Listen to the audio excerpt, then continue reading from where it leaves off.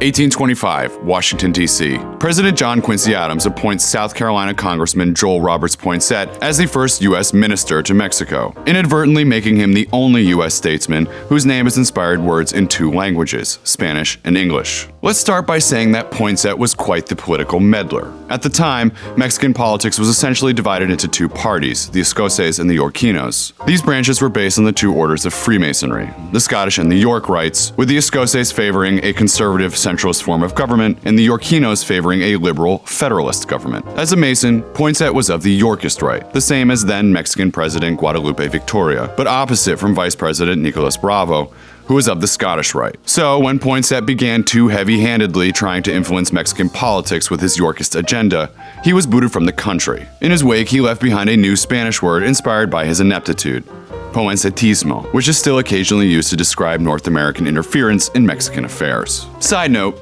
Poinsett wrote an autobiographical text about his time as ambassador titled Notes on Mexico, which, due to its not-so-generous view of the country, was later retitled in a 1977 adaptation, Te Odio Mexico, which literally translates as, I hate you, Mexico.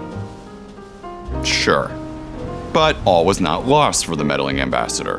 While he was touring an area south of Mexico City, Poinsett came across a red and green leaf plant called the Flor de Nochebuena, or the Christmas Eve flower. Native to Mexico, the plant had originally been used by the Aztecs to create red dye and as a fever reducer. But by the time Poinsett arrived on the scene, it was mainly used for decorative purposes during the Christmas season. Enamored with this exotic plant, Poinsett returned home to the States with it in 1825. Soon after, Americans also grew to love the festive flower, and by 1836 it was known by the same name it is still referred to as today, the poinsettia. Or poinsettia. Whatever. So, what other US holiday traditions should we look into? Let us know in the comments, and be sure to check out Raider Red's Snapchat Discover channel for more strange Heartland history. I'm Christopher Pilning.